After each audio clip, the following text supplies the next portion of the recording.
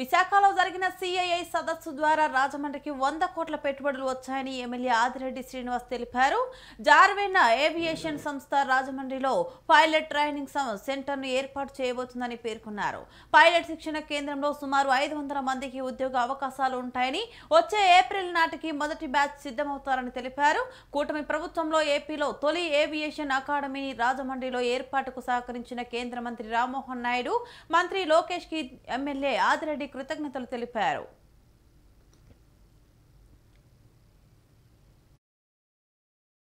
Media వారందరికీ నమస్కారం. స్వతహాగా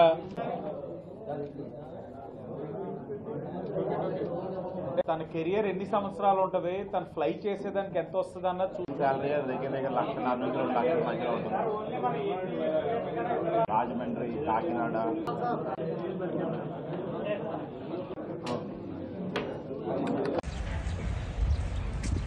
ప్రపంచ స్థాయి ఫ్లైట్ ట్రైనింగ్ ఆర్గనైజేషన్ ఏర్పాటు చేయడానికి ఈ పెట్టుబడిని ఆయన ప్రకటించడం అన్నది ఒక శుభ పరిణామం.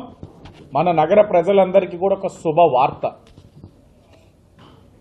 నన్ను అనేక మంది అడిగేవారు, పెట్టుబడులు ఉత్తరాంధ్ర, రాయలసీమకి వెళ్తా ఉన్నాయి, ఉభయ గోదావరి జిల్లాల్లోని ఏం జరుగుతూ ఉంది, ఏం చేస్తున్నారు శాసనసభ్యులుగా అని అడిగిన ప్రతి దానికి సమాధానం ఇదే.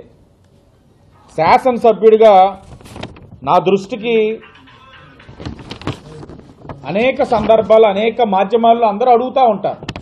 నేను కూడా అనేక సందర్భాల్లో లోకేష్ గారిని అడిగేవాడిని, అన్న ఇక్కడ కూడా పెట్టుబడులు రావాలి, ఉద్యోగ అవకాశాలు కల్పించాలి అని చెప్పినప్పుడు ఆయన అడిగే ఒకే ఒక కన్సర్న్, ఉత్తరాంధ్ర కానీ రాయలసీమ కానీ మనకి ల్యాండ్ బ్యాంక్ అనేది ఉంది, ప్రభుత్వానికి ఎంత కావాలో అంత భూమి మనకి రాగలుగుతా ఉంది, ఇక్కడ ల్యాండ్ కన్సర్న్ వస్తూ ఉంది, దానివల్ల పెట్టుబడులు అనుకున్న రీతిలో రావట్లేదు. కానీ ఏ చంద్రబాబు నాయుడు గారో, లోకేష్ గారో, పవన్ కళ్యాణ్ గారో వాళ్ళే కష్టపడాలి, వాళ్ళే తీసుకురావాలంటే కాదు.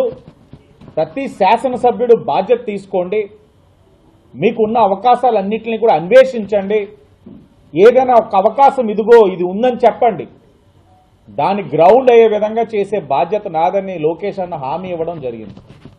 దానికి అనుగుణంగా దైవేచ్ఛ నేను అంటా ఉంటాను, ప్రతిసారి కూడా అంటా ఉంటాను, మనం మంచి చెయ్యాలని తలచి మనం చేసే కార్యక్రమంలోని మంచి ఉండి నీ సంకల్పం గొప్పదైతే ఒక అడుగు వేస్తే పైన దేవుడు 10 అడుగులు వేయిస్తాడని పదే పదే అంటే నేను ఈ సందర్భాల్లో చెప్తా ఉంటాను.